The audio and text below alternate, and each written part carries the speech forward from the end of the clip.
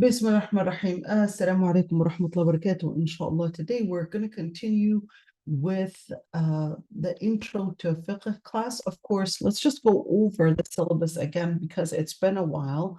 So we said that the whole idea of intro to fiqh, of course, is really to connect you to get to see the significance of Sharia and fiqh, and certainly getting key concepts and terminologies for understanding what deen is, fiqh, sharia, and of course, modern legal systems. We really went in a lot of details in that regards. And number three, the fundamentals of fiqh or usul al-fiqh. So when we say fundamentals of fiqh, it doesn't necessarily mean what the media is talking about in terms of the fundamentals and all of those scary things that they would present it. No, it's basically talking about the basics, the basis, not the basics, but the basis of what actually makes Islamic law, the basis of it, or the grounds of it, the resources that the person, or at least the faqih, would go to in order to derive Islamic rulings.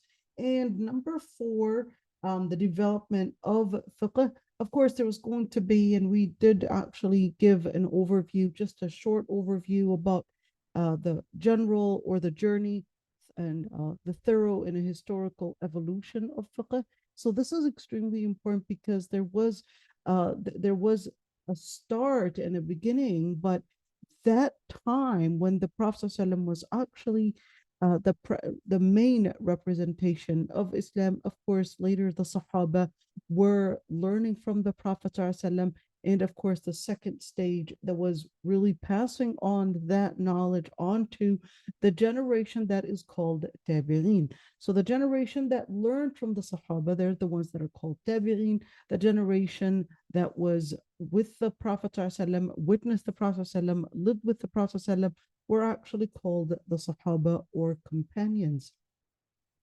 But of course, such information did actually go through a stage of, let's call it a critical stage within the Ummah, and that really was 41-year Hijriya, during the time when the Ummah was trying to distinguish, or at least trying to establish its political grounds. That's when, of course, during the 40-year Hijriya, between the major battle between Ali ibn Abi Talib and, of course, Muawiyah ibn Abi Sufyan over the ruling over whether, number one, whether it was supposed to be the time to find a Khalifa, or of course, at that time, it was really to find somebody that was going to lead, rule, take over the power within or for the Ummah. And of course, at that time,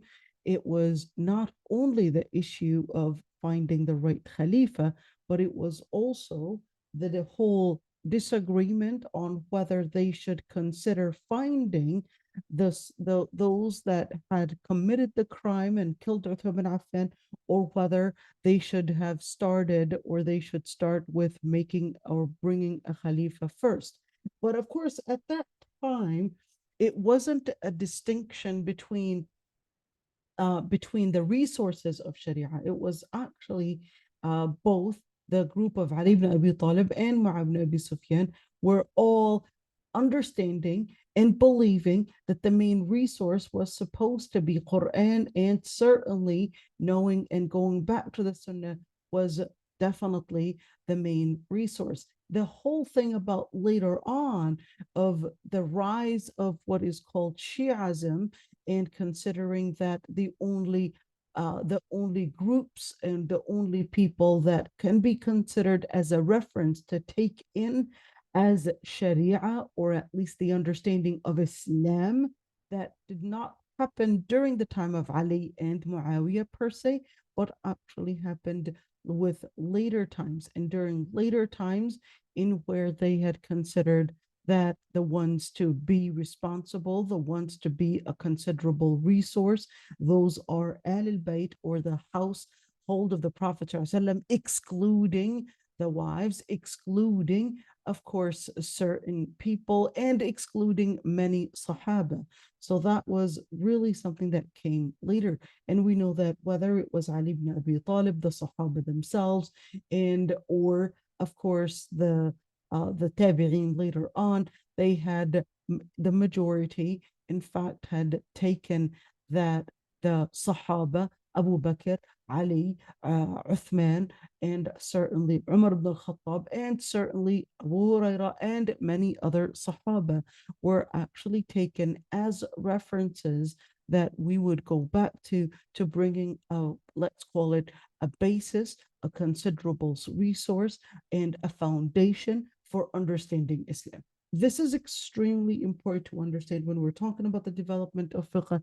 I guess this major leap during the Islamic, of course, during an Islamic era, in where it actually brought a major distinction and a political distinction. When we say a political one, of course, this later reflected a lot on the epistemological piece of it. And I think it would be important to, inshallah, talk about this one. The other part is the schools of fiqh and analyzing the four major schools of fiqh. We did talk about that there are more than just the four major schools, and we're going to talk more about that. But those were the famous ones. So we're going to talk more, inshallah, in terms of the schools and what they had actually, what they had been founded on, what they had actually went through, or at least the different stages, the founders, the areas of agreement, and of course, how they had diverged later on. And of course, the whole idea, we talked about this before. So, of course, because it's been a month right now, I thought it would be good to just remember what we're really doing. The whole object for this course is to develop number one, a comprehensive understanding of the core principles and, of course, the objectives of Islamic law. Number two is gain insight into the historical and intellectual context of fiqh.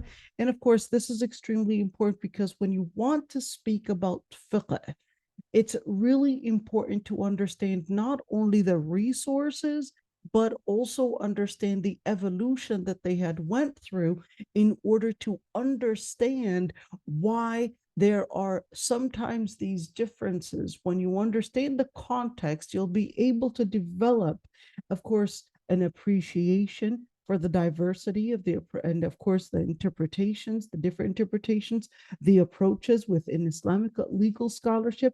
And of course, you'll be able, when you have these grounds, to foster a critical thinking and of course be able to analyze not only the reason for the differences of opinions, but also analyze the different times that such opinions had risen, and of course understand the main principles, the Islamic principles, and understand how they basically reflect onto some of the differences that we might have today. And most importantly, and let's underline this piece of it, most importantly, understand how some of the contemporary issues of differences of opinions, or at least let's call it the diversity, at least in the Muslim community, where you might have, whether it's culture or whether it's fiqh or whether it's, of course, the let's call it the adoption of various Islamic thinking, or sometimes let's call it the differences in where sometimes they can be a little or maybe a lot with some tension that could be sometimes misunderstood by many. We did go over these different modules. We went into number one, talking about introduction to fiqh. We went into these details. We're not going to go over it again. And we also talked about some of the characteristics in Islamic Sharia. We talked about the objectives of maqasid al-sharia. We talked about the difference between mercy, justice. We also talked about the importance and the context in where, of course, in maqasid al-sharia. We also talked about the different periods. We talked about the Meccan period, the Madani period. We also talked about the history of Islamic Khilafah, and we said certain dates to remember. We said number one, certain dates to remember. The death of the Prophet ﷺ was 11-year hijrah. We said before that, from, let's say, we're roughly taking it, roughly saying we're talking about 12 years and approximately 9 months that the Prophet ﷺ was in Mecca, at least after the Bi'tha. And Bi'tha simply means the beginning of prophethood, the Prophet ﷺ. And we also said 11-year hijrah, that the Prophet ﷺ dies.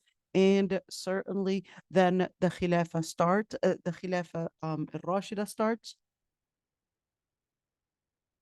And we said with the Khilafah al-Rashida, we are basically going through number one, Abu Bakr as-Siddiq's Khilafah was for 2 years. Umar ibn al-Khattab's Khilafah was for 13.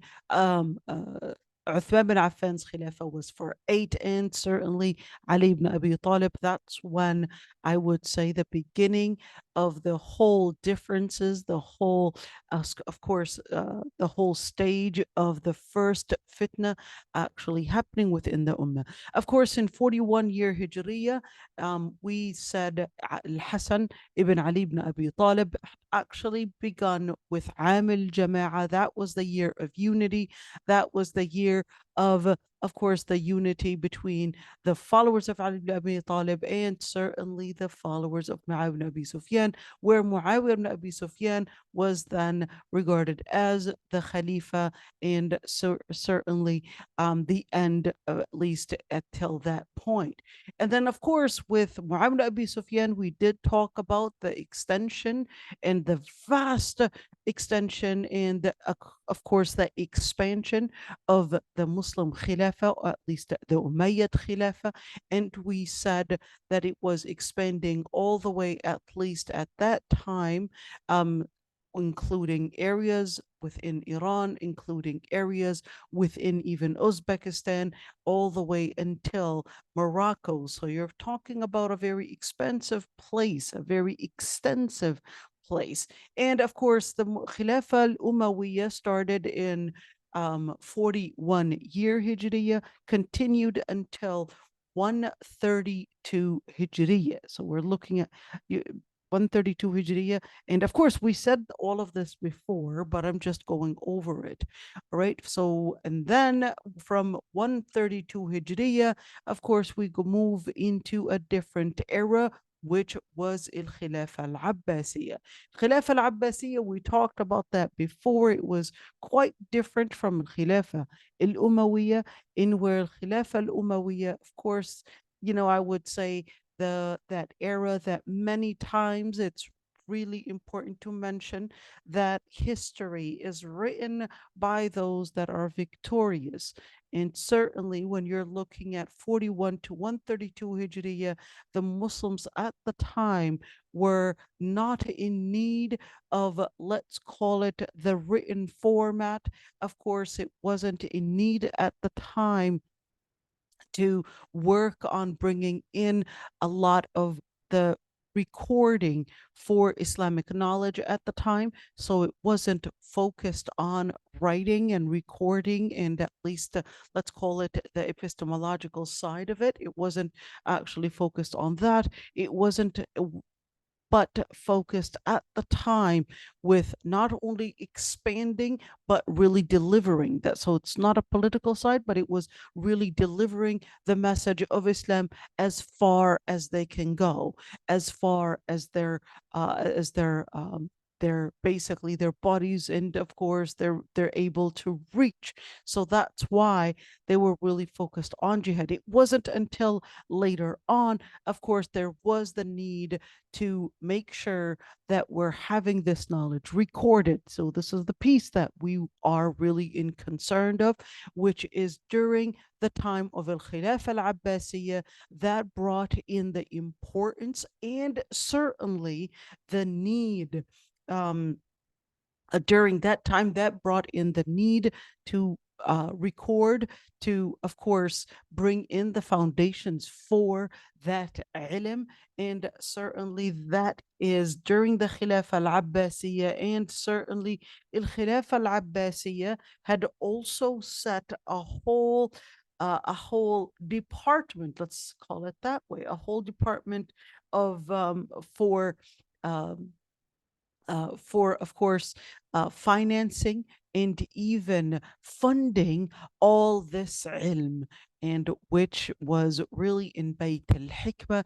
It was part of the whole Bayt al-Mal, which was considered as the treasury for the Ummah, in where there was a set and assigned funding for the scholars, for the students, for of course, for the ilm itself. There was a whole funding to make sure that such ilm was not only kept in records, but it was also being taught. It was also being passed on to the generations. It was also being put being put in a state of bringing in the foundations to bringing in a future foundation for the knowledge itself. So this is actually talking about, of course, during the Khilafah al-Abbasiyya, and of course during Khilafah al-Abbasiyya, we're talking about Khilafah al-Abbasiyya starting from 132 Hijriya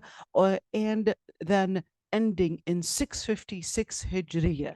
So 656 Hijriya is when Khilafah al-Abbasiyya ends, and maybe I should we will go over that later on, inshallah. 656 Hijriya, so we're talking about 960 AD to 1260 AD. And of course, during that time, that was when the invasion, the Mongols had actually brought an end, at least to the Khilafah al-Abbasiyya at the time, at least politically. And it wasn't until later on, of course, whether we're speaking about the Mamalik and we're speaking about the different eras that started to emerge, but still paid a tribute to the, let's call it, long gone Khilafah Abbasiyya. So then you later had the Ayyubi, then you later had different dynasties that were in different areas, and that still paid a tribute to the Khilafah al-Abbasiyya. And of course, and after the Khilafah al-Abbasiyya, we talked about some of the changes there. So we're going to talk about that later on. So, and we pretty much had, of course, talked about the emergence of school of thought, but still we didn't actually yet go there. And so let's just go over the other areas. So we're still really going within this area. We did talk about the Meccan and Madani periods, and of course we pretty much left off right there, these dangerous areas. But don't worry, inshallah, we will get back on track. I promise you, inshallah, we will get back on track. All right, so here we go. We did go over ethics versus morality as well. Let's go over this one right there. Who's forming the laws? We talked about that one as well. We talked about the resources, of course, the resources of fiqh. We talked about number one, the Quran, and we also talked about the Meccan period. Here we go. We talked about this one as well. But inshallah, remember this slide, or at least these slides in this PowerPoint, is not the only resource for our class. Remember, we talked about the other resources that we had. So they are in the Google Classroom, but inshallah, we'll actually get back to it and make sure that we're understanding everything. We talked about some of the things of a second resource. We talked about the sunnah being the second resource, and we went into details in that regards. Did we actually go into all the details? And does everybody remember all of this? Just making sure. Did we go into all of this? Sunnah as a legislator? Looks like everybody. Wait, am I muting everybody? Is that what? Yeah, I'm allowing you to unmute yourselves. Did we go into the? I think I can't remember, but We might as well talk about it. Let's talk about it. Of course, when we're speaking about the resources for Sharia, this is extremely important to understand that the resources, number one, definitely the Quran. So I do not know of any, at least any group that attributes itself to Islam but considers that the Quran is the reference.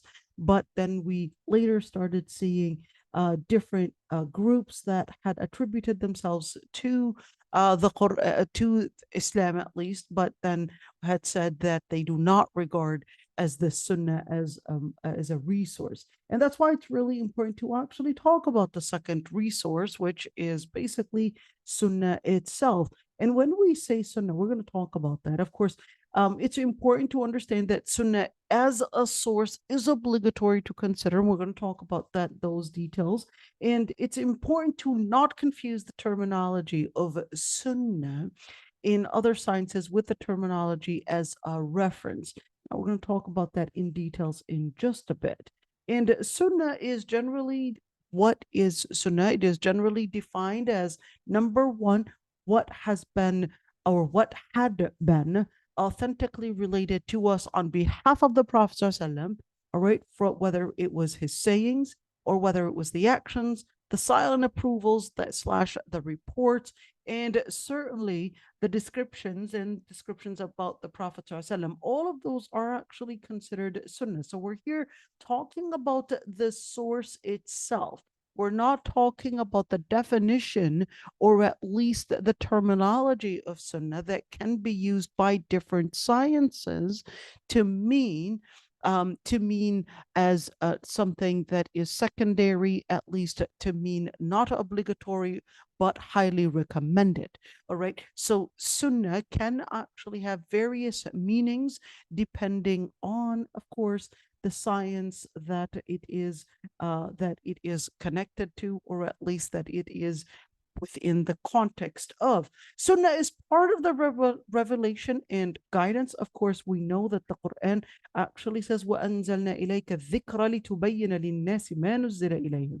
So if we were to actually look at this, where the Quran itself actually tells us, أَطِيعُوا اللَّهَ وَأَطِيعُوا الرَّسُولَ, obey Allah and obey the messenger. And certainly the Quran, the Sunnah, or at least the prophetic resource as the reference, is basically referred to us by the Quran in order to adopt and to take, whether in detail or whether as a whole, as the Prophet ﷺ was certainly the one to explain, the one to specify, and the one to give details. And of course, we see when you're looking at the ayat themselves, أنزلنا إليك الذكر لتبين الناس ما نزل إليهم ولعلهم يتفكرون. We have sent down onto thee the remembrance, that is the Quran, so you can explain clearly to men what is sent for them. So when we're talking about it clearly, we're talking about the details.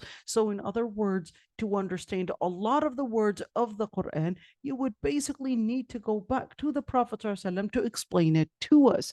In fact, there were some words in the Quran that the Sahaba themselves had actually inquired about the meaning and what they actually would entail. Exactly like, for example, when the ayah in Surah Al-Hujurat, when the ayah was revealed, لا يلتكم أعمالكم, and they said, well, what does that really mean? And he said, لا ينقصكم. And of course, the Sunnah itself, that is the Prophet ﷺ as a legislator, because Allah subhanahu wa ta'ala also said in Surah سورة النساء فلا وربك لا يؤمنون حتى يحكموك فيما شجر بينهم ثم لا يجدوا في أنفسهم حرجا مما قضيت ويسلموا تسليما. And if you look at this ayah in Surah An-Nisa, verse 65, in where he said, verily, by your Lord, they would not be believers until they make it you as the one to bring about the judgment in all the matters that they would have dispute in regards to, and then they would have nothing in their hearts. In other words, they have no resistance, no let's call it any type of an internal or even external rejection on what you had actually brought in as a judgment, or at least a final statement, and that they would actually submit entirely to what was revealed onto you. And of course, in short, that is considered as al-wahy. We did actually say in our tafsir class a quote that had been mentioned by al-Khattabi, and that the Prophet ﷺ, when Allah subhanahu wa ta'ala says that in as in Surah Al-Najm, والنجم إذا هوى ما ضل صاحبكم وما غوى وما ينطق عن الهوى إن هو إلا وحي يوحى, in where in Surah Al-Najm, by the stars that fall. And of course, when it's talking about the stars that fall here, this is not talking about some poetic words here, but it is basically bringing in some form of a simile, in where exactly like you would see that the star was bringing you guidance, and yet it would basically fall, and just from the very top spaces and the very top places, in the skies, and it would basically fall the same way, in where there would be a foundation of knowledge, which is in wahi, right there from the skies, actually falling and actually coming down onto you, and of course sent on to the prophets. In huwa illa wahyun yuha, that what they would hear, what they would see about the Prophet ﷺ, in other words, it is really the information that is coming down from the Lord Almighty, exactly how the same way the star would be bringing in guidance to people to recognize where they're going, to recognize certain information, whether it's about their past or about their future or about their place. And that's the same thing that what il-wahi would bring you as information, whether it's about your past, whether it's about your future, or whether it's about your place and where you are heading in this life. And of course, where you're heading towards in this life, whether it's the information that preceded your existence, or whether it's the information to tell you about the future of your existence. And that's why Al-Khattabi explains that al-wahy extends far than the textual information that was sent onto the Quran, to also being the non-textual information that the Prophet ﷺ himself was displaying in action, displaying in words, and certainly displaying in reports, and displaying to the Sahaba themselves, and to those that had actually taken such information and later on basically transcended it, and certainly passed it on to the other people and to the other generations. So this basically is telling us right there that al-wahy is two: al-wahy that is written in the Quran, and al-wahy that was explained and mentioned by the Prophet ﷺ, where both are actually considered as legislators, and certainly as resources that we would turn to, and that the Quran itself was asking us to turn to in order to bring about an information, and certainly an explanation in regards to understanding al-wahy, to understanding the resource that Allah subhanahu wa ta'ala had sent with Jibreel alayhi salam. All right, and that's, of course, I guess it would be important to mention the story when the Prophet ﷺ, was at one point, the Prophet ﷺ was angry, and of course, at that time, Miss Sayyida Aisha was just really trying to understand, and where do I also take, even during the times of anger, take your words as a resource to understanding Islam.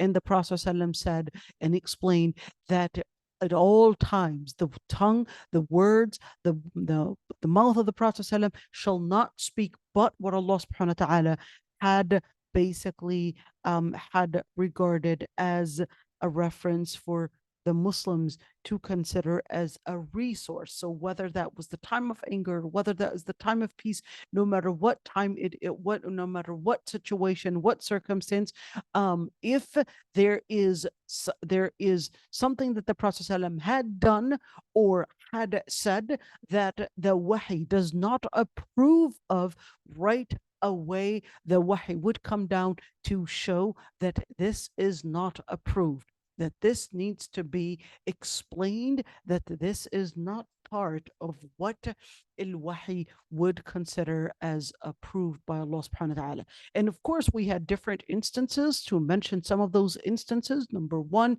when Allah subhanahu wa ta'ala had revealed the ayah, Abasa wa tawalla, when the Prophet ﷺ, for Abdullah ibn Maktoum, when the Prophet ﷺ was basically busy giving da'wah to the chieftains.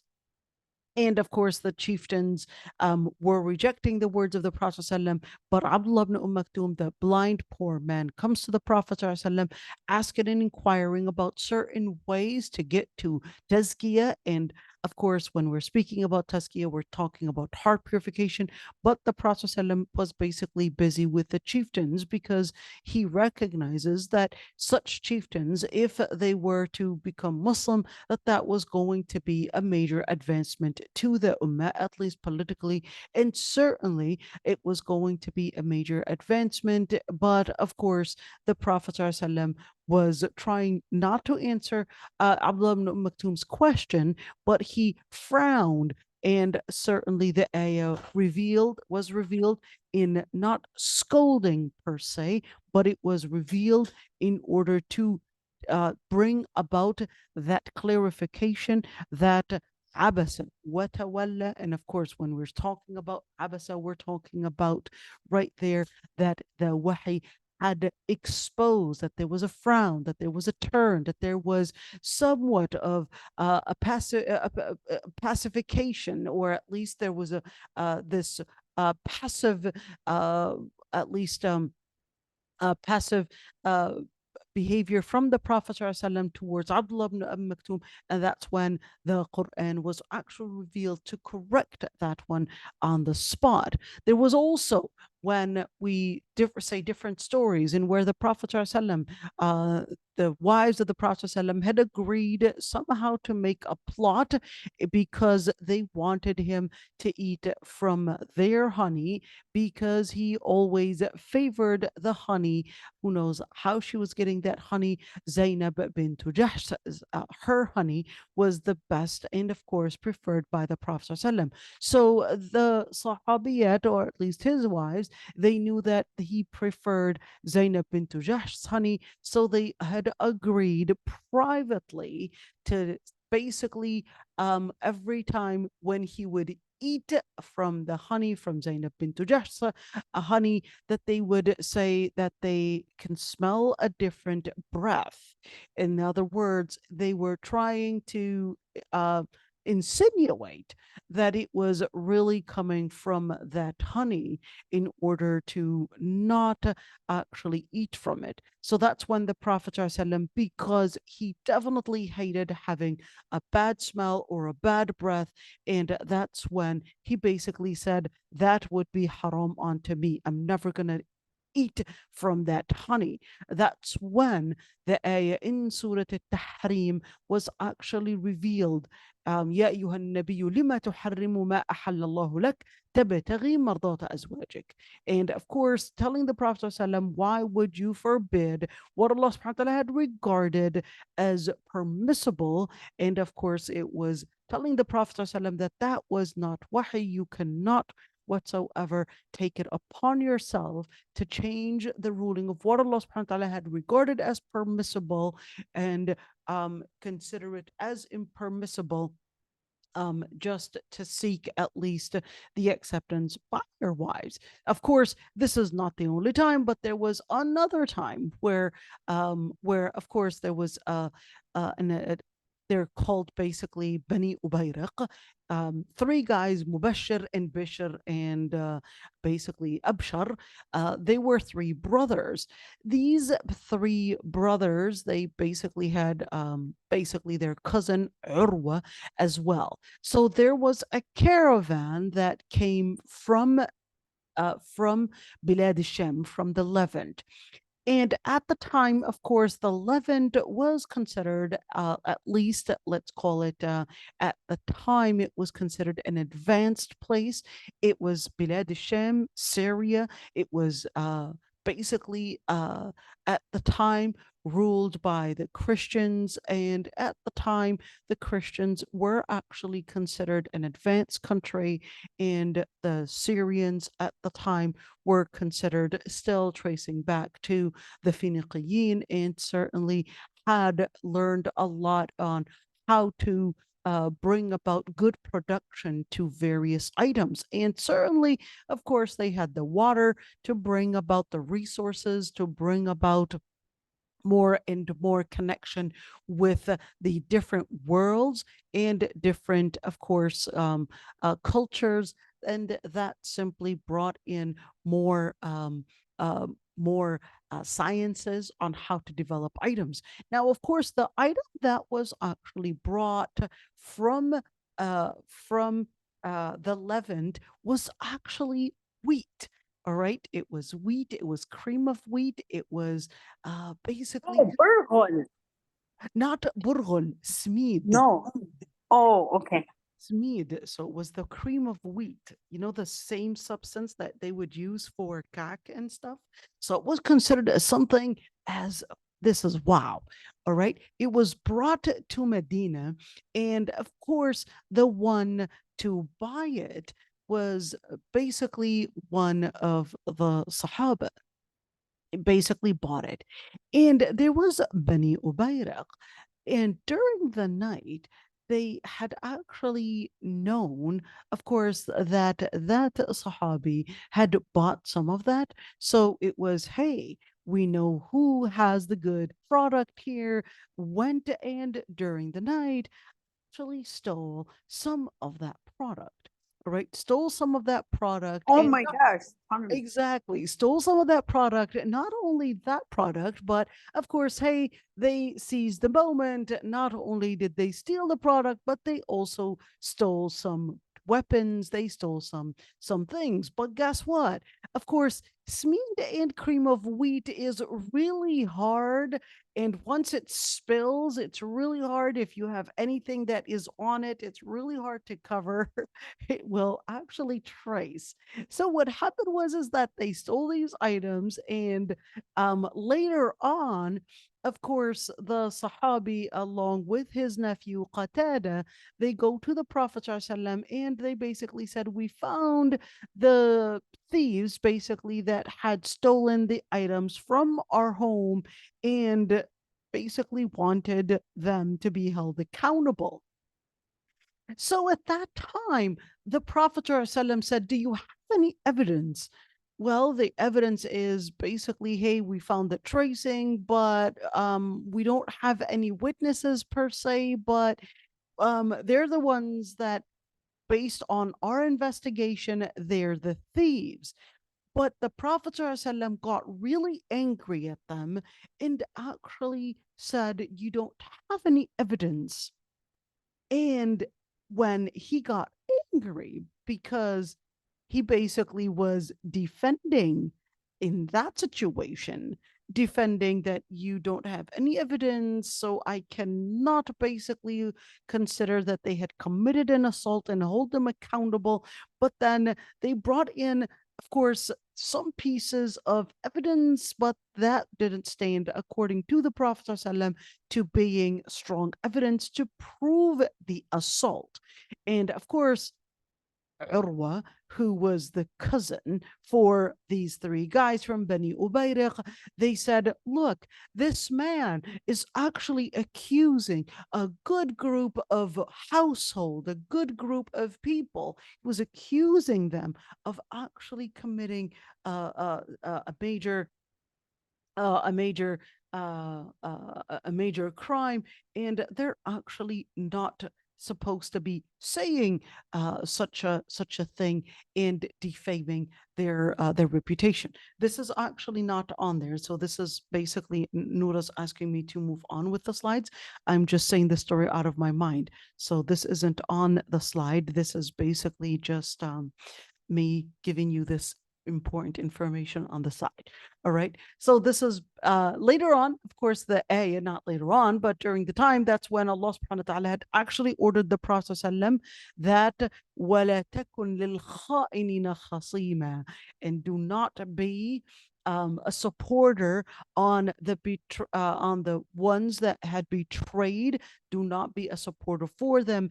And the wahy revealed that the real perpetrators, that the real stealers, the real thieves were actually Bani Ubayriq themselves. So here the wahy had actually come in order to tell the Prophet ﷺ, don't defend them. They were actually the thieves, even though the Prophet ﷺ, based on his human calculation, it was not proven, and he got really angry at, of course, Qatada at the time, and of course his uncle, that how dare you accuse them of stealing, and he got really angry at them. But Allah subhanahu wa ta'ala said, no, you're actually basically wrong on this one. And the truth of the matter is that they were thieves, even though your human calculation thought otherwise. So the wahy was there whenever the Prophet ﷺ would make, let's call it, make a miscalculation, not a mistake, but when he would make a miscalculation based on his own human interpretation, that's when the wahy was there. In other words, that's why we would consider that every single part of al-wahy, every single part of that the Prophet ﷺ had actually said, had actually done, had actually reported, is basically to be considered a resource, because whenever it would go wrong, right, instantly the wahy was there to bring about, at least, I don't want to say a correction, but to bring about the clarification to the Prophet ﷺ, because that was later going to be a reference, that was later going to be a resource for the ummah. All right, so here we go. So that's why the sunnah, of course, not only the Quran, but even the sunnah would obligate that we would go back to, of course, go back to the Prophet ﷺ, in where Allah subhanahu wa ta'ala had said, مَن يُطِعِ الرَّسُولَ فَقَدْ أَطَاعَ اللَّهِ. Allah subhanahu wa ta'ala has equated obedience to the messenger with the obedience of Allah himself, in where Allah subhanahu wa ta'ala quote says, whoever obeys the messenger, in fact, obeys Allah. I want you to look at these points, because these points are extremely important, especially during our times where many people would actually confuse and think that the sunnah is a secondary resource and basically recommended but not obligatory to take. But that is actually not quite true, because the Quran itself actually tells us, وَمَا أَتَاكُمُ الرَّسُولُ فَخُذُوهُ وَمَا نَهَاكُمْ عَنْهُ فَانْتَهُوا. What the Prophet ﷺ had come and obligated and assigned to you, and of course, deny yourselves that which he withholds from you. In other words, whatever he assigns to you, and whether he forbids you from doing, then in that situation, you basically have to adopt and basically have to put the steps, at least, to adapt to what the Prophet ﷺ had come with in terms of revelation. So whether it's the written revelation, or whether it is the practical revelation by the Prophet himself, or whether it is, there are two things, sunnah fi'liya and sunnah tarkiyya. Let me quote that one and actually write it down. So sunnah fi'liya and sunnah tarkiyya would mean, number one, sunnah fi'liya, meaning the sunnah that the Prophet ﷺ had done. And in other words, there's also the other side, which is sunnah tarkiyya, which is something that the Prophet ﷺ could have done, but since it was not done, then there would be another type of sunnah, which is the sunnah to actually leave. In other words, yes, we may have a sunnah where it says the Prophet ﷺ had said 1, 2, 3, or had done 1, 2, 3, but then, of course, there are certain things that the sunnah is that it wasn't done. So what does that mean? So we would say, well, we don't have the sunnah that the Prophet ﷺ had done this. Therefore, what we know of is that since it was not done, then what we would know of is that the sunnah is telling us that it is to be avoided. So let's give an example. Did the Prophet ﷺ actually celebrate? Of course. You know, it's sunnah tarkiyah. So if, for example, we would know that the Prophet ﷺ had the opportunity to, let's give an example, like a birthday. He had the opportunity, and certainly we would know that even during his time, the Persians, the Christians, of course, they celebrated such things, but the Prophet ﷺ did not actually celebrate such a thing. That would actually mean that the sunnah tarkiyah, that the sunnah to leave, the sunnah to avoid, the sunnah is not to do and not to do, because he had the circumstances to participate or to do a certain behavior, but since he did not do, and so it doesn't have to be where the Prophet ﷺ, here it is, quote, and he said, do not celebrate birthdays. Things don't necessarily have to be in that exact quote, do not do this, do not do this. Just by him not doing it, that actually means that this is the sunnah, to leave it, to not do it, to avoid it. That basically means that this is sunnah tarkiyah. Basically, the nahi or the avoidance is not necessarily to be literally leave such and such, do not such and do such and such. It could also be that he basically just didn't do it. That would mean that this is the sunnah. He just didn't do it. He didn't, he recognized that this was possible. He recognized that this was something that was out there, but he left it. That would mean this is sunnah tarkiyah. And of course, Allah subhanahu wa ta'ala says, يا أيها الذين آمنوا أطيعوا الله ورسوله أطيعوا الله ورسوله ولا تولوا عنه وأنتم تسمعون. O you who believe, obey Allah and His Messenger, and turn not away from him and what you hear, basically what the Prophet ﷺ is saying. And of course, when we're speaking about the Prophet ﷺ being himself, that Sharia, of course, we know that just like Aisha, yes, quick question. The opposite of Sunnah to Tarkiyah, the ones that he did, what's the name? the ones that the فعلية. Right. So sunnah fi'liya would be something that he had done. Sunnah tarkiyya would be basically something that he had avoided or at least left. Whether sunnah tarkiyya is usually that we don't necessarily have a recording of it. We just basically don't have a recording of it. And that's how we would know that that is the sunnah, which is basically to avoid it, basically not to do. All right. So of course we right there. Just one question. I'm sorry. Yep. So is that just in matters of ibadah or is it in everything? Love the question. Good job, Noura. Good job. Good job. Love the question. Good job. So sunnah fi'liya and sunnah tarkiyya.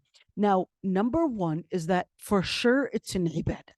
Number two, when we're talking about mu'amalat or transactions, or let's call it the dynamics that relate to human life, there are certain things that we would consider as generally that it's permissible unless it would basically contradict. So when we look at the legislature, that's why in Islam we would basically understand that when it comes to human action that is not related to ibadah, when it comes to human action, it's actually founded on interest.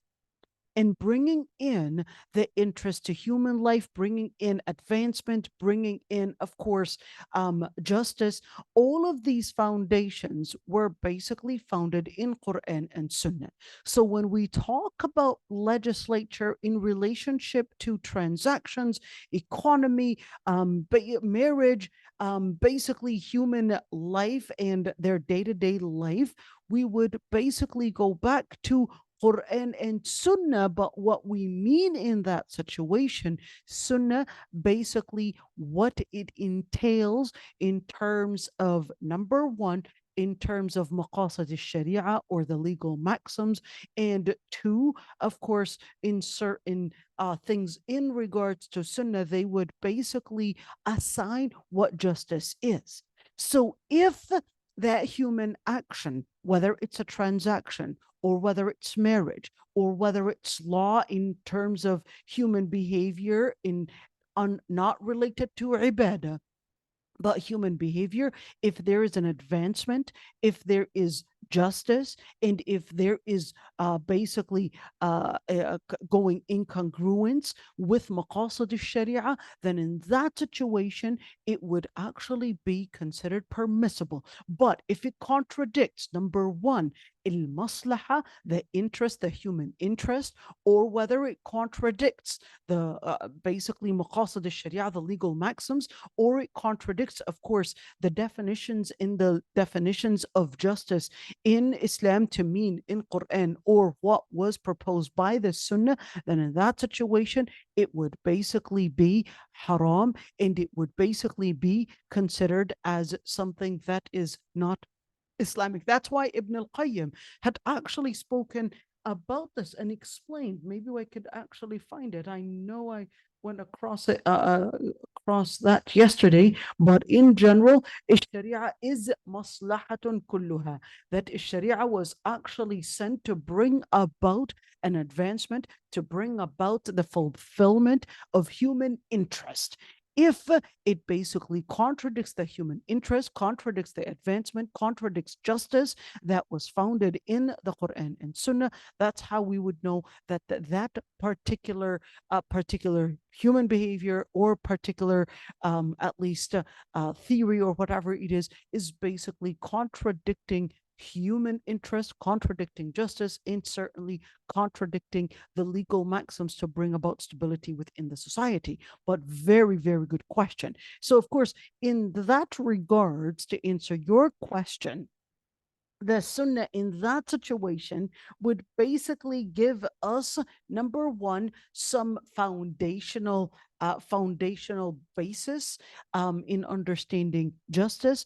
And of course, the foundational piece of it was to bring about this foundation in understanding the legal maxims, understanding human advancement, and where and what is considered as a human advancement and what is actually considered not a human advancement, but more, of course, on unethical behavior and unethical, of course, a practice, and therefore should be avoided. So in that situation, it would be hard. It would, in fact, be impossible, philosophically speaking. It would be impossible to assign what is ethical and what is not ethical using human mind, even if we are to say that, hey, if it brings in good and maximizing the good, then that therefore it should be considered ethical. And if it doesn't bring in good, then therefore it should actually be considered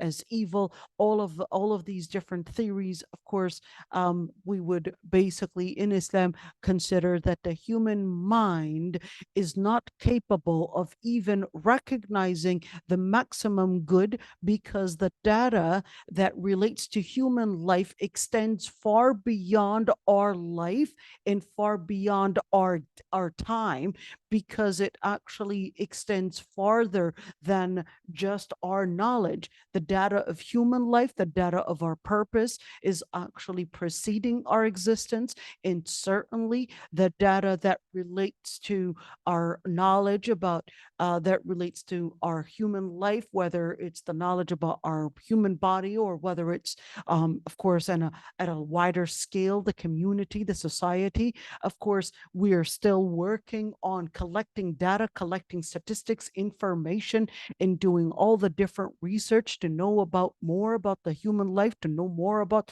the society, and about the different evolution and the impact of it. But still, of course, we lack the information, lack the data to know what is bringing in the maximum good, because even that is relative. What is considered good? Good for what? Good for our life, good for a certain group of people, good for the money, good for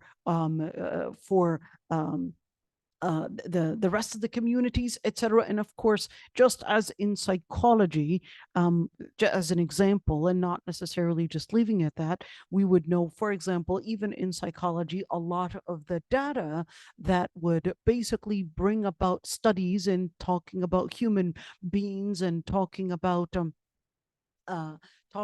human beings and understanding what is good for a human, what is not good for a human. Most of those studies, in fact, 90% of those studies, and of course that was the objection by many psychologists, in where it was really done on white and the classified as white groups, Western groups, and certainly in living within a certain context, within a certain community. And that does not necessarily mean that it is completely objective. And therefore, when we look at a lot of these studies, they basically had been really done on certain groups, and therefore does not necessarily mean that this is the mindset, this is the behavior, this is what actually makes a normal human behavior, or what actually makes the right or the ethical human behavior, or the human way, or the humane way. So it's really important to understand that in Islam, of course, to answer your question, Noura, Islam actually considers that the Quran and Sunnah were basically founded on bringing in the maximized good in the beginning. So in order to understand the maximizing the good, maximizing the interest, of course, we're speaking about the interest, not in the relative understanding, but bringing and maximizing the good that for, of course, number one, the purpose that preceded our existence, maximizing the good to bring in justice for all, whether the individual or the society, and maximizing the good basically entails bringing in justice, bringing in, of course, the stability within the society, whether economically or whether socially, or whether, of course, psychologically, or even, of course, physically. So we're talking about maximizing the good on all ends. And this is important to keep. You've explained mu'amalat, don't forget ibadah. Go ahead. What about it? It was Noura asked two questions in the manner of ibadah or mu'amalat. So you've gone into details for mu'amalat. I don't want you to forget ibadah because I'm taking notes. Go ahead, Hannah. Okay, so for ibadah, al-ibadah, al-asl, every single, of course, foundation in ibadah is that al-asl fil ibadah at-tawaqquf. What does that mean? In ibadah, there is a foundation that you cannot do anything in ibadah unless there is a foundation or a resource that basically tells you to do or Can you not. put that in Arabic? Sorry. Yeah, al-asl fil ibadat at-tawaqquf. Is that what you're saying? Yeah. Okay. Yeah, sorry. Oh, sure. Let me see what you guys are seeing. Al-asl fil ibadah at-tawaqquf. So generally speaking, maybe I could write it down right here. So al-asl fil ibadah at-tawaqquf basically means, let me write it down for you. All right. So the general rule when it comes to, I just want to memorize it. sir, al-asl fil ibadah at-tawaqquf. Why? Because ibadat, another word for it, are tawqifiyya. Tawqifiyya. What does that mean? So basically, when it comes to ibadah, it's very different from the human transactions, or at least the different human behavior. Why? Because ibadat don't necessarily have a logic to them. So when it comes to ibadah, there's no logic. Why am I praying dhuhr 4 rak'ahs and maghrib 3? Why am I praying dhuhr silently and not Aysha, for example? Ibadat, they don't have a logic that we could necessarily understand the reason behind such a thing. So the ibadat, that's why they're called tawqifiyya. And what the word tawqifiyya means, it actually comes from the root waqafa, to stand. In other words, when it comes to ibadat, we just basically take it as how the Prophet ﷺ had done it.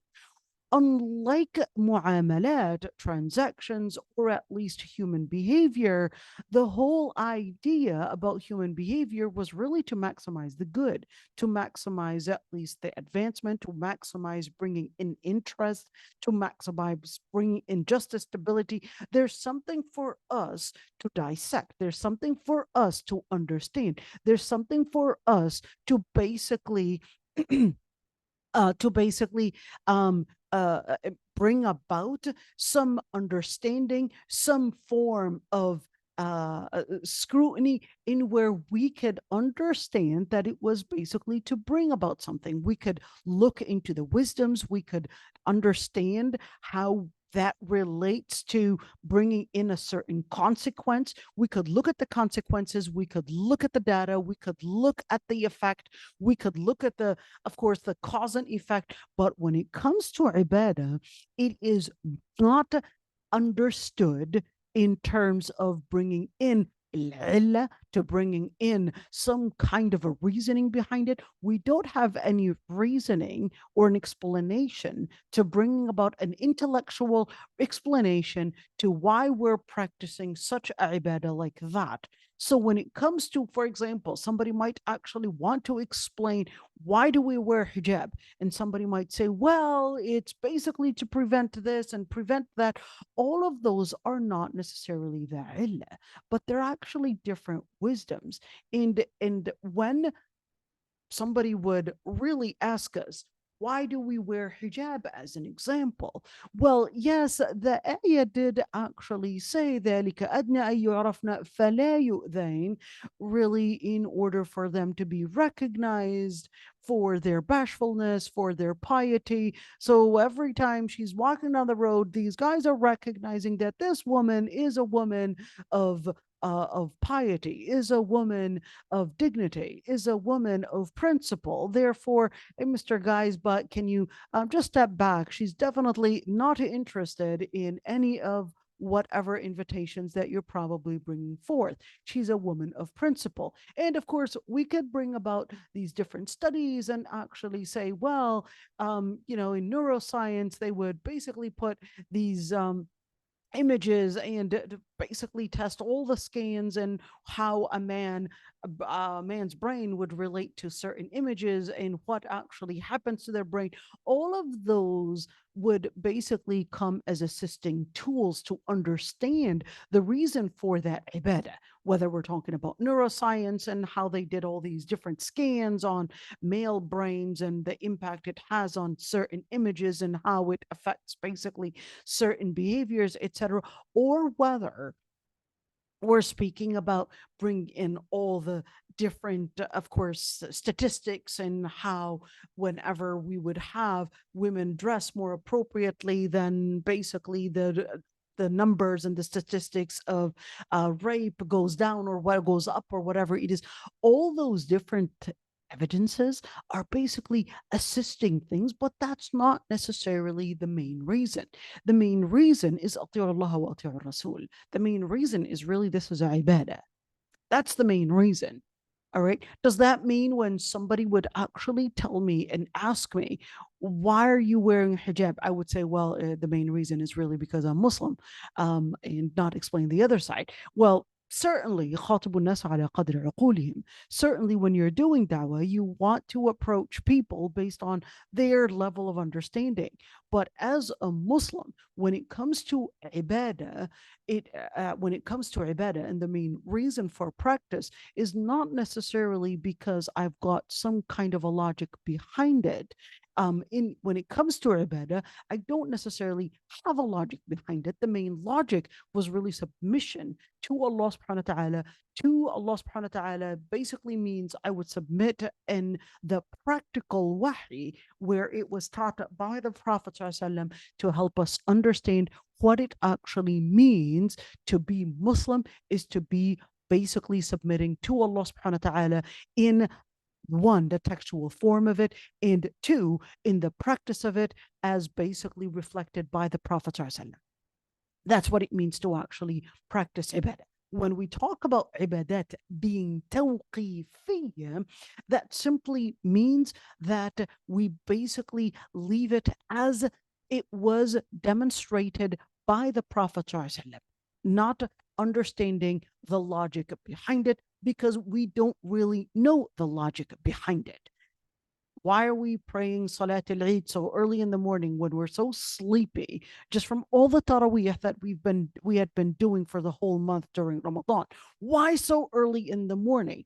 Wouldn't it be better for it to be around maybe Dhuhr time? Hey, we would have actually had a very good time to sleep, and we would be completely awake and alert, and probably the expectations of a better turnout would actually be better, because people would be, I guess, prepared and more fresh and better dressed and all of that. But then this is tawqifi. We cannot change it, because basically our expectations, or at least what we would do our statistics on, would basically tell us, yeah, we would have a better turnout, and basically let's change that. This is tawqifi. We can't change it based on your understanding of logic or your understanding of what would make a better consequence. So therefore, the human behavior in terms of other than ibadah, that's what would fall under number one, maximizing good, bringing in justice, and number three, of course, bringing in the advancement for different areas, whether it's in marriage, whether it's in mu'amalat, to mean transactions, economy, or basically all the different areas. So that's why in fiqh, if we're speaking about human behavior, because the whole idea in fiqh, or at least in Quran and Sunnah, was also telling us that it was really one, to maximize good, to bring about the advancement, to bring about the human interest, to bring about justice, bring about stability. That's why getting information such as statistics, such as different studies, and certainly medical studies, all these different things are also important to go back to help us also bring in an aiding vision or an aiding lens to understand Quran and Sunnah as well. That's where in Islam you're talking about why can't we call the Islamic system as a theocratic system? Well, you cannot call it theocratic system because it is not necessarily the theologians or necessarily the areas of deen that basically would just be the ones to rule, and based on, let's call it, silent and rigid text, but the text itself was actually giving us the guidance that the whole reason for Sharia was to bring about the advancement, to bring about the human interest, to maximize the good, to basically bring in justice. So the Quran and Sunnah were actually foundational lenses to help us understand and expand the vision around us to understand how we can bring about that maximization of good, that advancement, that stability, and certainly that interest.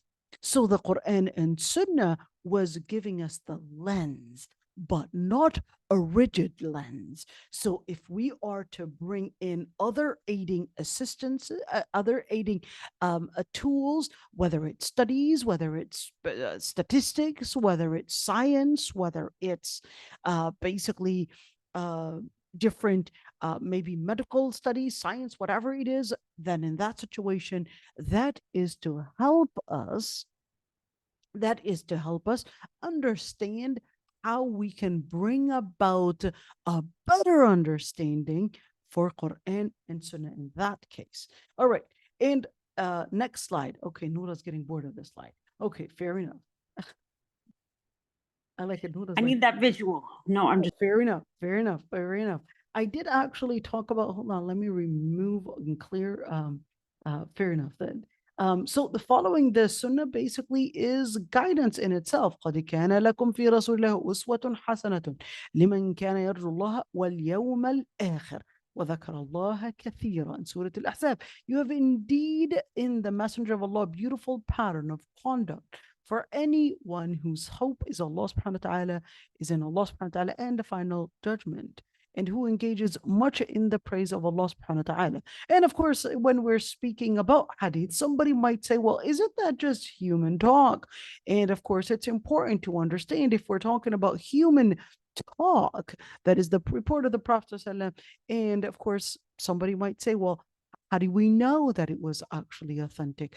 How do we know that this really was mentioned by the Prophet ﷺ? And how do we know if this was authentic or not? So all these different details are extremely important to help us understand Sunnah. Number one is that when we're speaking about Sunnah, we're speaking about Hadith. We're going to answer these questions along while we're going over the slides. So what is a Hadith?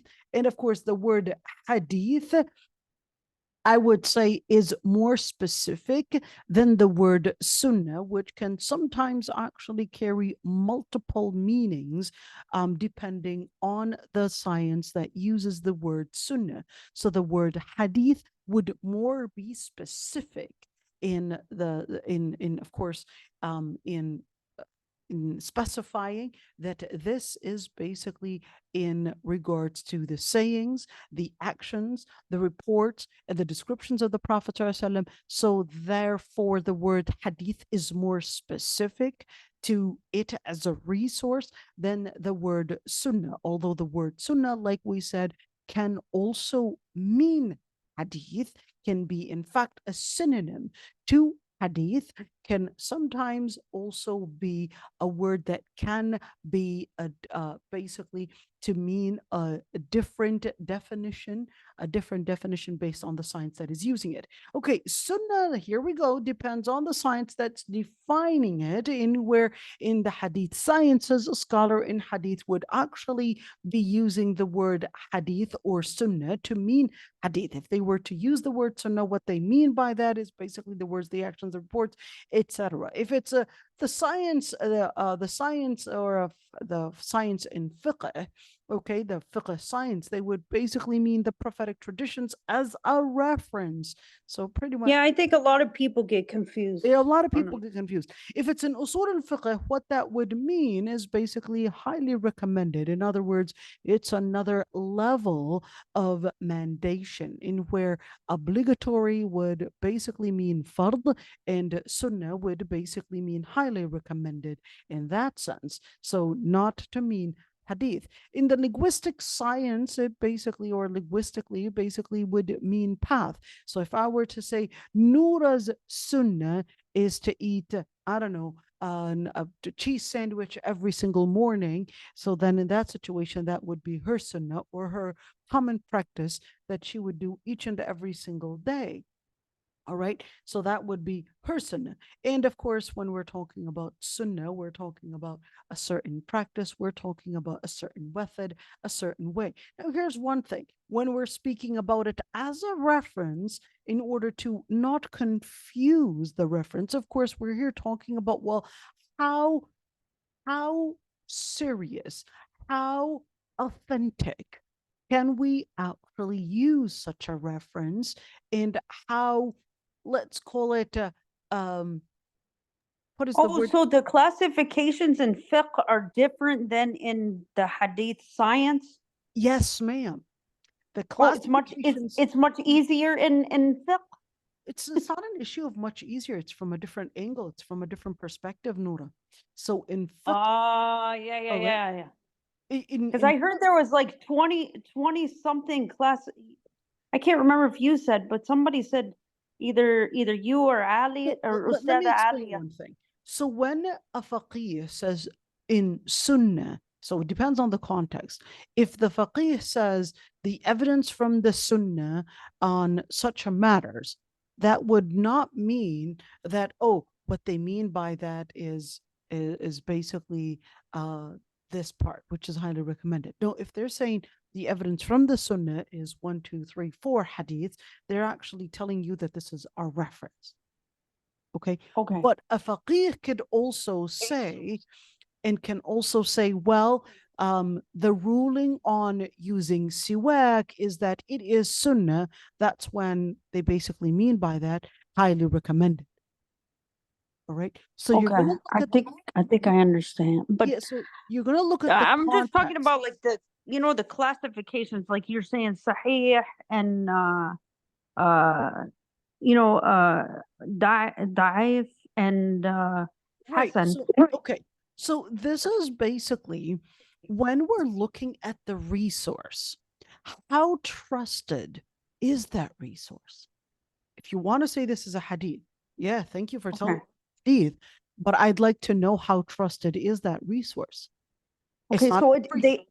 so there's just 3 in usul Yes, al-fiqh? there's in no, this is levels of hadith as a resource. All right. Okay. Okay, so if I were to have, you said, the Prophet ﷺ said, Sallu kama ra'aytumuni usalli, pray as you see me pray. But then that other lady, she basically said, well, I would like to pray me as a female imam, and I would want all those guys to line up, because prayer is all about having the divine feeling, that revelation, that spiritual feeling. And it doesn't matter if it's a female or a male that's being an imam. It's all about who is actually representing faith at that time. So she basically stands up and basically leads all the guys. Okay. Now, do I have a hadith that says women cannot lead salah on men? We don't have a single hadith. I do have a hadith that says Sallu kama ra'aytumuni usalli. And she says, well, that's a general statement. You said, the Prophet ﷺ said, pray as you see me pray. That's a general statement. I'm praying as the Prophet ﷺ have prayed. Voila, you wanted me to pray. I'm not inventing my own prayer. I'm praying exactly the way the Prophet ﷺ had prayed. So here it is. So until now, she's all fine.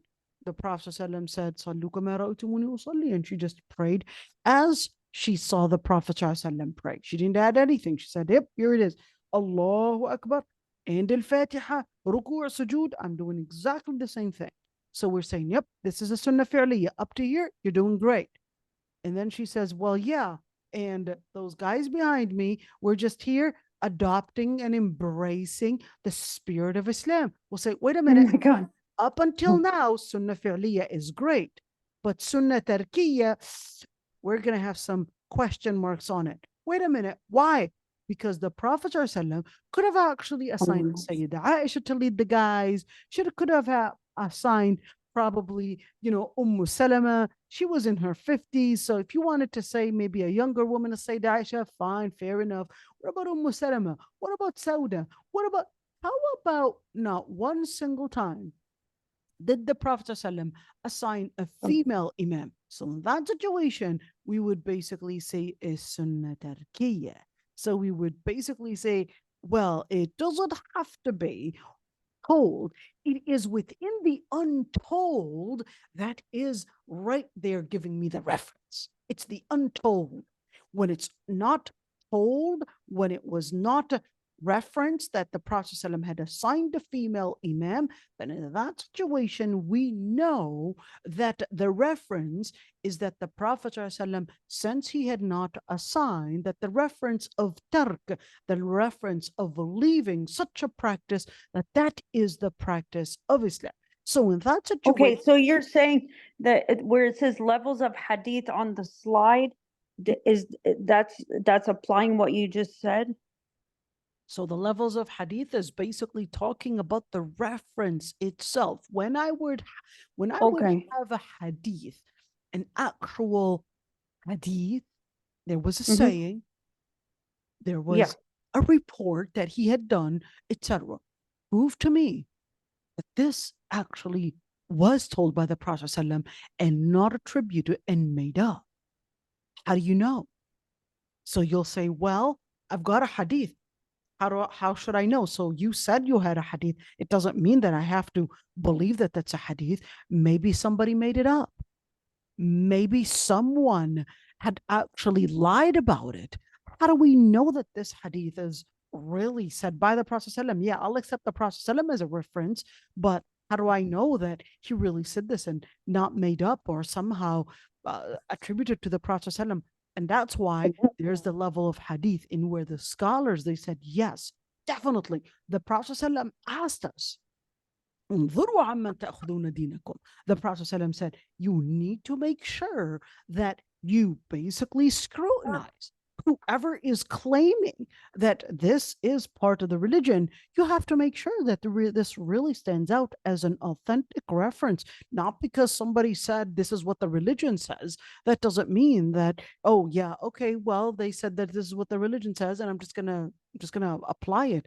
No, the Prophet ﷺ was telling you, you have to scrutinize that person. You have to make sure not only are you seeing their credibility, but you're not necessarily only their credentials, but you're also looking at the history of all the different transmission and how this actually came about. How this came about. Okay, Jazakallah khair. All right, not because somebody claimed such a thing. Well, that's the same thing in where when we look at the condition for an authentic hadith, we're looking at each reporter, every single person. Are they trustworthy? Are they pious in their religious practices? But that's not enough. Some person, in fact, Imam Malik, he said there are 70 people in Medina that I would know that even if they were to make dua for rain to come down, I am sure that it would rain for them.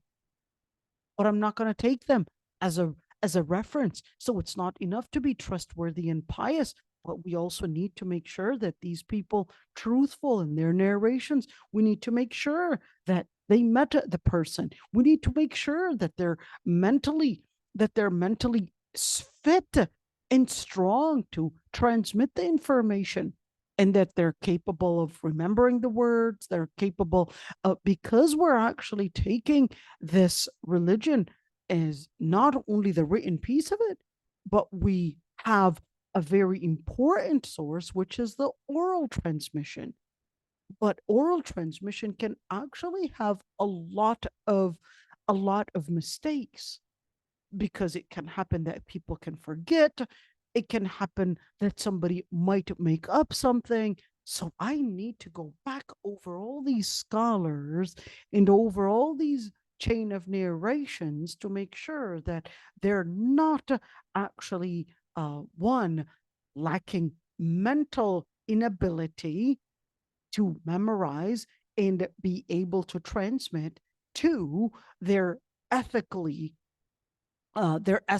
sound and sober religiously and even ethically. Here we go. This is Khawarim al-Muru'ah, to consider that the principle of honesty is a serious matter.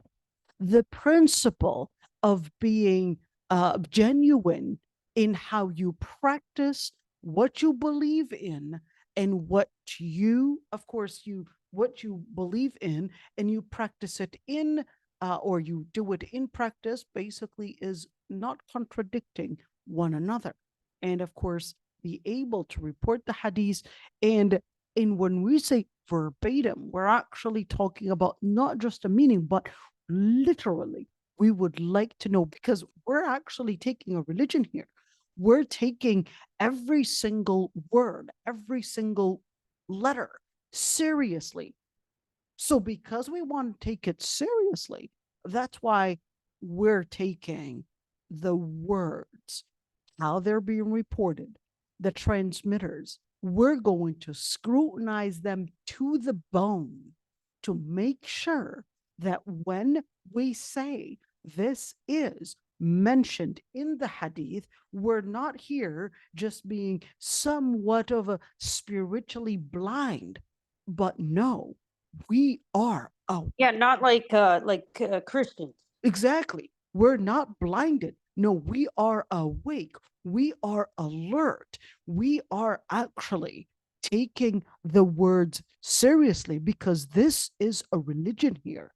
This is a religion. So we need to make sure that when we have these resources, that we're not only scrutinizing the people, but we're scrutinizing the information to make sure that it is authentic.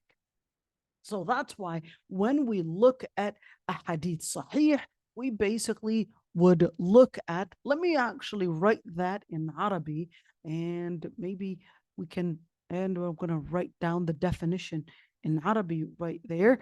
And in order to help us all, and let's see. So in Arabic, ما اتصل إسناده بنقل العدل الضابط عن العدل الضابط إلى منتهاه من غير شذوذ. Okay, you need to give me the that. من غير, maybe you can, okay. من غير شذوذ. Oops, sorry about that. من غير شذوذ ولا علة قادحة. So what does that mean? So that basically is in Arabic exactly what we said right there in English. So when we say, I guess I'll translate it into English right there. It's basically what is the definition of an authentic hadith?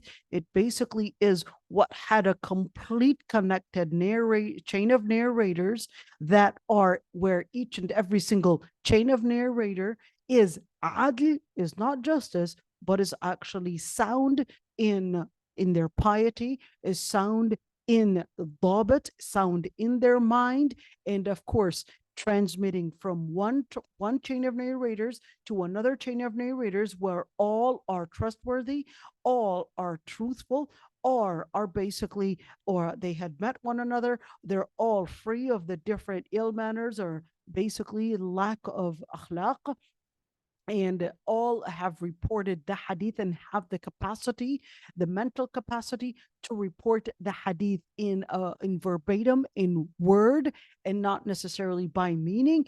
And from the beginning of the chain of narrators to the end, basically to the time of recording, and without even contradicting a hadith that was mentioned by somebody that is even of a stronger capacity to remember or even mention the hadith. So that's why we would basically have all these different books of hadith. You're like, well, wait a minute. They read that hadith somewhere else. I already read that. Why are they saying the hadith, same hadith over and over?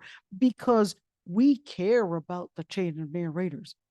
We want to make sure that we have a sound hadith, not the sound of it only, but we're also talking about the transmission as well.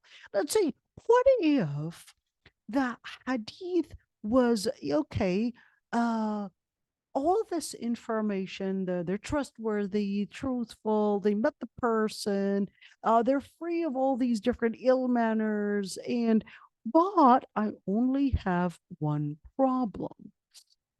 The problem is the wording of the hadith. Oh yeah, like the exact words you mean? Exactly. So in situations where the wording is not 100% accurate, in other words, how do I know it's not 100% accurate? I'm going to make up something? No. How do we know? Is basically we would have other scholars, and remember that these transmitters and the chain of narration, all of those are basically scholars that transmitted the hadith. We would have the narrators basically scrutinized, and we would see that based on the so many reports, we were able to figure out who basically has poor memory in at least putting in the words exactly the way that they were sounded. How do I know? So I would basically have all these hadith and the same exact hadith, and I would see so many different resources. When I say resources, I'm talking about transmitters here. So I'm seeing all these transmitters. I'm probably right in front of me. Maybe I would have 12 hadith with different chain of narrations. And then I'm seeing that one of those chain of narrations, one of those words are actually not like the rest of the 10. Well, certainly the Prophet ﷺ only said one thing. Who's the one that's wrong here? So that's why we would basically have all these books of tarajim. What is tarajim? Profiles. If well, certainly the Prophet ﷺ only said one sentence, at least in regards to this statement. Which one was it? I've got all these different 10 statements or 12 statements, or I won't have 12 statements, but I will have one statement that's different than the rest of the 10 or 8 or 9 or whatever it is. But there's only one statement that was said. Which statement was actually the statement that I was supposed to take as the verbatim statement, as the accurate statement? So that's why we would actually, we would look into trace the habits of when these narrators had actually contradicted other narrators that are probably of a stronger memory. And so how do we know if they're stronger in memory? That's why we would have the books of tarajim. What are the books of tarajim? So the books of tarajim, they're basically books of profiles. You would see profiles and profiles of all these narrators, who they narrated from, who was basically the scholar that went over them. They might have met them and they might have sat with them. This person is not trustworthy. This person has an issue with memory. Wait a minute. Isn't that ghaiba? Why would they do such a thing? Well, it's not ghaiba. Why not? Why isn't it ghaiba? Because this is in regards to our deen here. This is not me having some kind of an issue, a personal issue. This is not a personal issue anymore. This is a religious issue. This is an issue that relates to my deen, the whole ummah's deen. We need to make sure that this person is reliable. This person is actually containing all the credentials for all the Muslims all around the world to take their deen from. This is not ghaiba. Some scholars, they did use other terminologies in order to avoid ghaiba, and they would use these, let's call it general, let's call it a somewhat of ambiguous terms, but these ambiguous terms are really to refer that this person is not a credible resource. So they would use things like laysa bishay, he's not much, not ضعيف, weak, or might use things غير ثقة, ليس بثقة. He's not somebody that you could trust, at least in that. And sometimes you can have contradictory descriptions. So you can have maybe Abu Hatim might say ليس بثقة, but then you might actually have another scholar actually say, well, actually, he is a considerable resource. But the reason why that other scholar said he wasn't a considerable resource, because it was said that he was basically some kind of a vendor on the street, and he was seen eating on the streets. So he was a vendor. Oh, that's where the difference of opinions in that. Okay. That's one Oh, reason. That's SubhanAllah. that's Oh, one- just one reason. Okay. that's one reason. So you had maybe somebody like Abdul Rahman al-Ifriqi. They'll say, oh, we saw him one time eating on the street, therefore he's not a credible resource. Why not? Oh, because he eats on the street. That means, it wasn't seen at the time that it was appropriate to eat on the streets. Okay, so here's these areas there the scholars might actually consider whether this person is basically a considerable resource or not a considerable resource. Do we actually know? Sometimes the wording themselves, ليس بثقة, is too ambiguous. Do I necessarily need to take your wording just because you said ليس بثقة, that he's not to be trusted? I mean, you didn't explain why. Why did you say ليس بثقة? Why?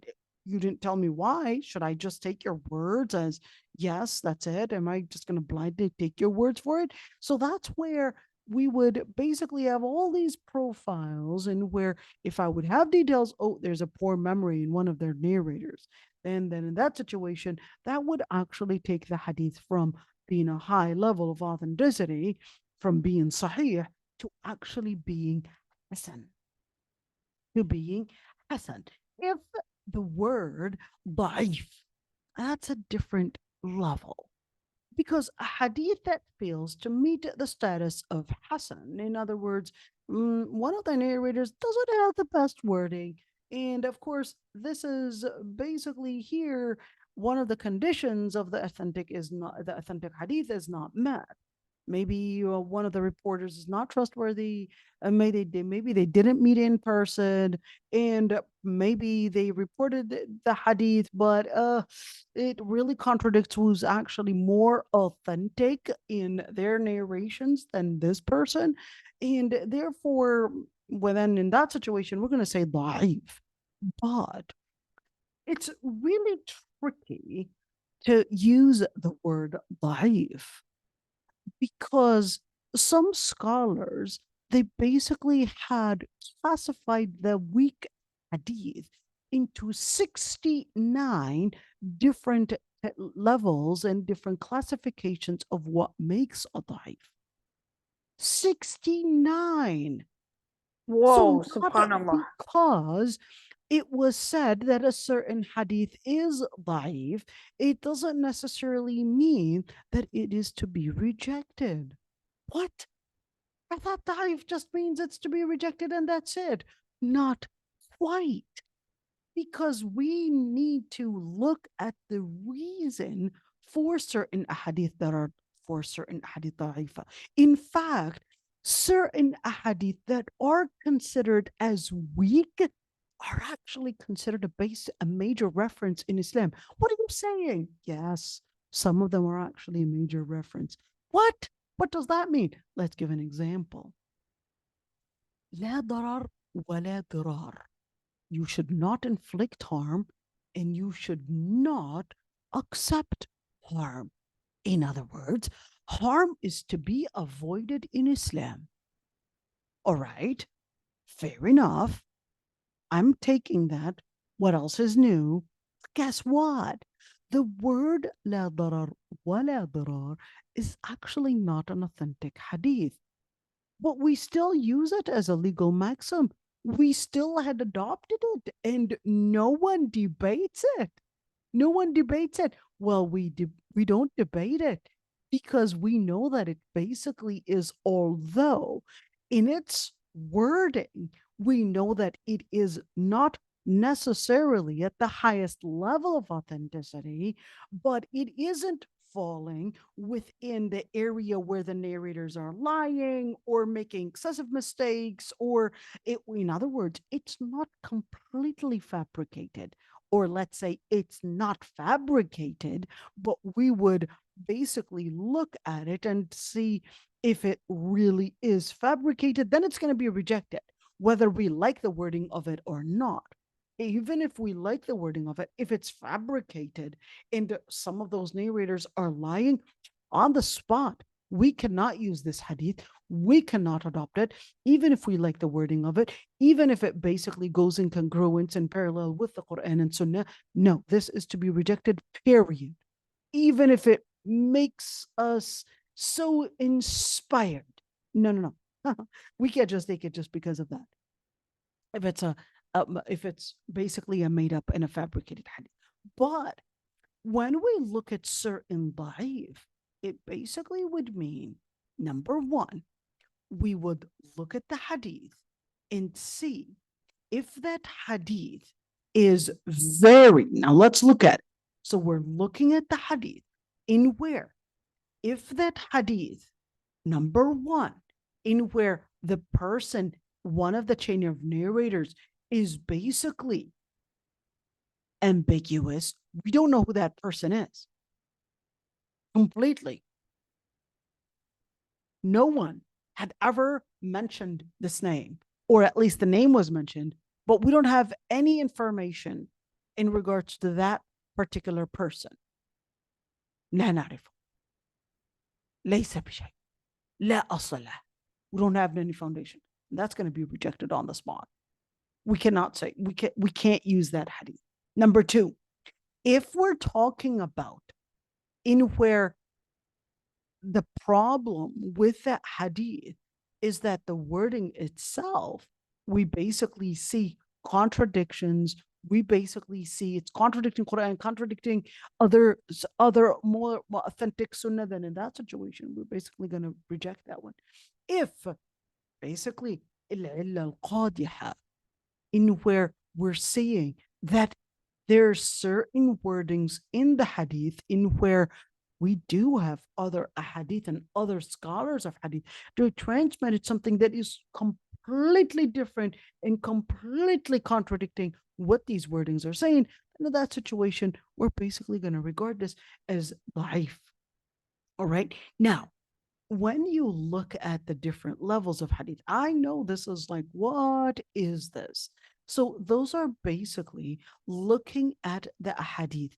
It can be because of something in the chain of narrators, or something related to the narrator himself, or basically because of the wordings themselves. Then in that situation, each and every single classification, we're talking about 69 different classifications. This is just some of it and not all of it, in order to make sure that when we speak about our deen, that no, we take it seriously and not blindly.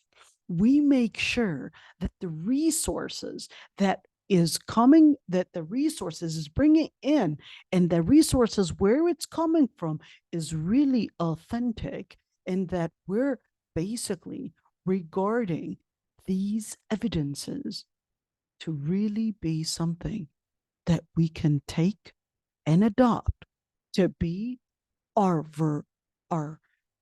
vertebra in understanding our own deen, our own definition of justice, our own definition of spirituality, our own definition of how we live and apply such words, such inspiration in life. So does that mean we're just going to reject all the hadith that are not authentic or da'if? No.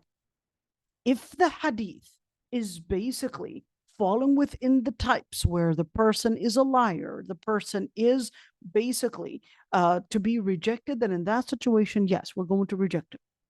What if we basically had certain wordings that are not 100% accurate? Well, then in that situation, we do a different study just to make sure that we're basically not inventing something. We're going to go in details. What type of da'if? What is the problem in the narrators? What is the problem in the wording? And in that situation, we're going to go into the 69 different classifications. And of course, it's not allowed to use a da'if hadith for points of law or to base fatwa. Can't use that. And number two, scholars had differed over the validity pertaining to the encouragement of doing good. So, for example, if we're unless it's mawdu', for example, we're talking about certain ahadith that would talk about what good deeds you would have if you were to read Surah Qul Huwallahu Ahad 1,000 times every day, or 3 times, or whatever it is. All right.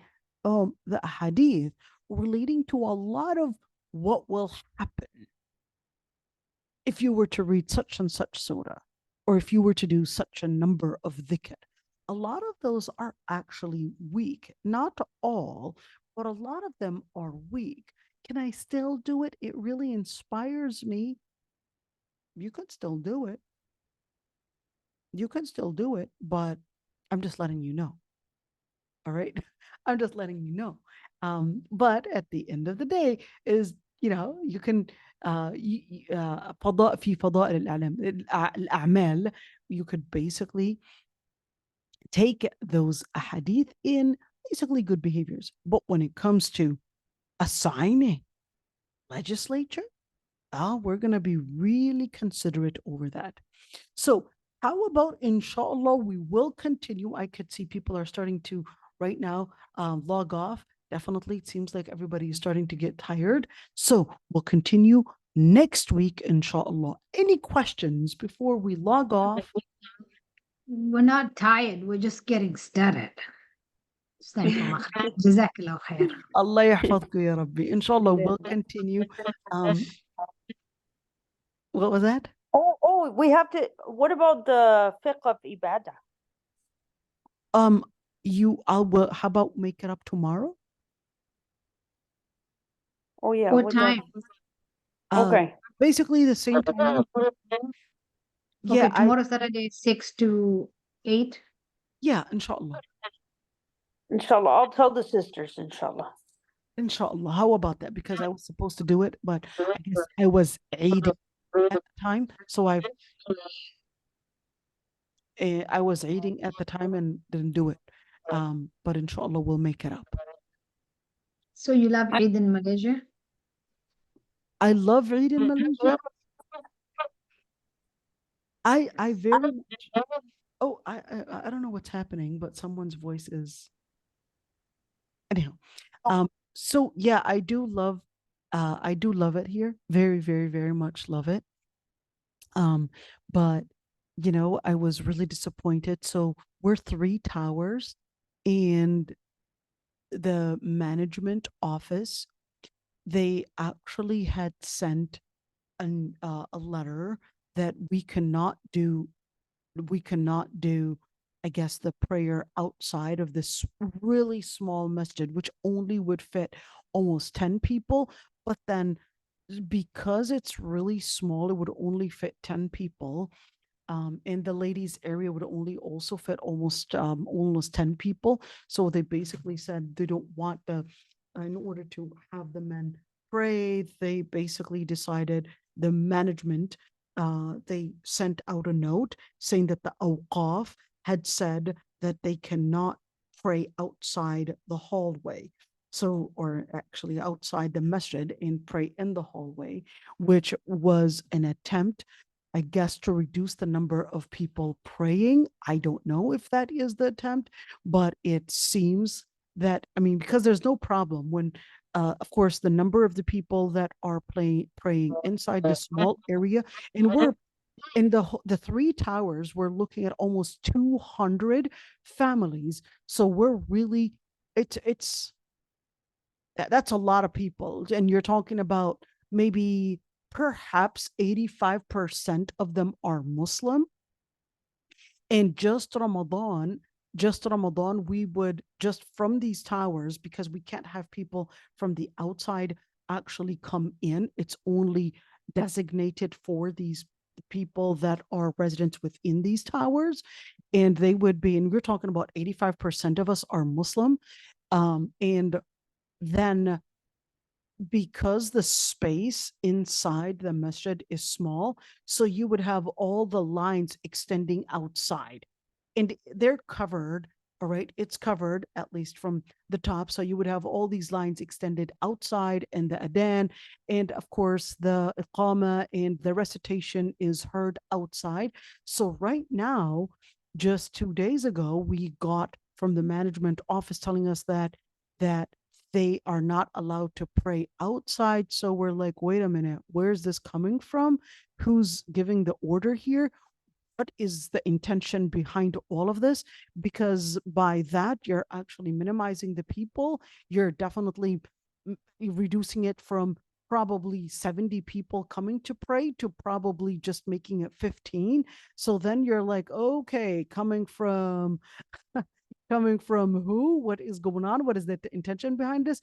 So it's like, okay, I don't want to go into battles. I'm just here, trying to. But then don't you have other masajids, I mean, you the do, big ones? you do have them, but you see, if we're talking about within the tower, you're giving the chance for your kids actually roaming around, going to the masajid, etc. But if you're telling them that they cannot pray outside, that would actually mean if